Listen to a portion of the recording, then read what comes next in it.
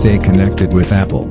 I hope that throughout my life I'll sort of have the thread of my life and the thread of Apple weave in and out of each other, like a tapestry. There may be a few years when I'm not there, but I'll always come back.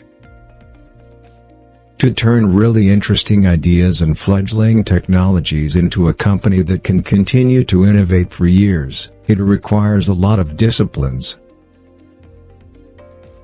The most compelling reason for most people to buy a computer for the home will be to link it to a nationwide communications network. We're just in the beginning stages of what will be a truly remarkable breakthrough for most people, as remarkable as the telephone. Bottom line is, I didn't return to Apple to make a fortune. I've been very lucky in my life and already have one. When I was 25, my net worth was $100 million or so.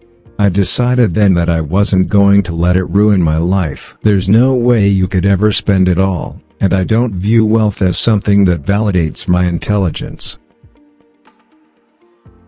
First was the mouse. The second was the click wheel. And now, we're going to bring multi-touch to the market. And each of these revolutionary interfaces has made possible a revolutionary product. The Mac, the iPod, and now the iPhone. We want to reinvent the phone. What's the killer app? The killer app is making calls. It's amazing how hard it is to make calls on most phones. We want to let you use contacts like never before, sync your iPhone with your PC or Mac. Who wants a stylus? You have to get M and put M away, and you lose M. Yuck. Nobody wants a stylus. We're going to be able to ask our computers to monitor things for us, and when certain conditions happen, are triggered, the computers will take certain actions and inform us after the fact.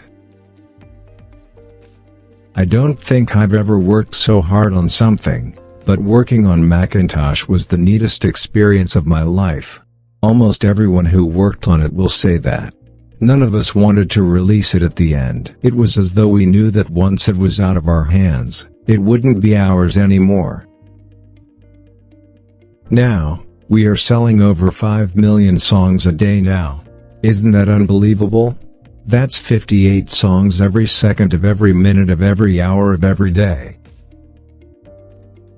Of all the inventions of humans, the computer is going to rank near or at the top as history unfolds and we look back.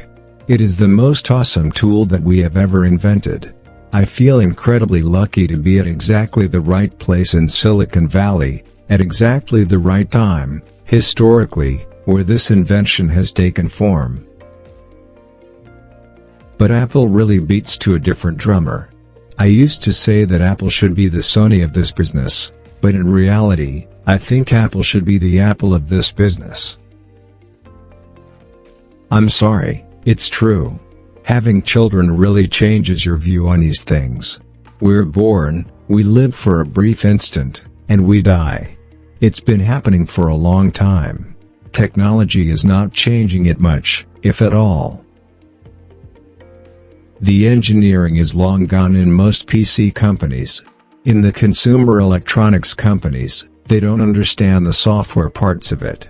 And so you really can't make the products that you can make at Apple anywhere else right now. Apple's the only company that has everything under one roof.